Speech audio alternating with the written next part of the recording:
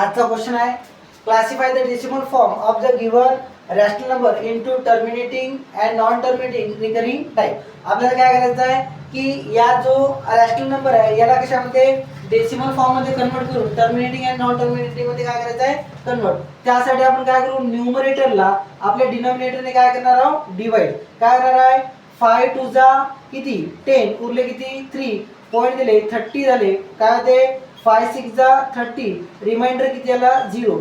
जर एखाद्या डेसिमल मध्ये रिमाइंडर 0 आला तर त्याला आपण काय म्हणतो टर्मिनेटिंग डेसिमल. कोणता आहे हा टर्मिनेटिंग. ओके.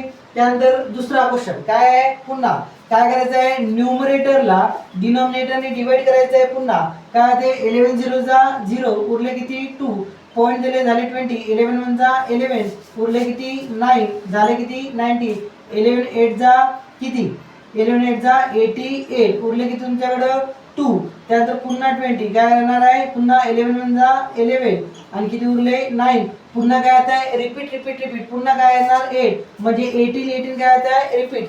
हा कोणता आहे हा नॉट डेसिमल तुमचा काय रिमाइंडर हा 0 आला नाही आणि तुमचा हा 18 18 काय होत आहे रिपीट. म्हणून याला काय म्हणतो आपण हा तुमचा आहे नॉन टर्मिनेटिंग. कोणता आहे नॉन टर्मिनेटिंग. नॉन टर्मिनेटिंग तर आहेच आहे त्यासोबत काय आहे हा नंबर रिपीट होत आहे म्हणून याला आपण काय म्हणू शकतो non terminating and recurring type. हा कोणता टर्म आहे non terminating and recurring type decimal.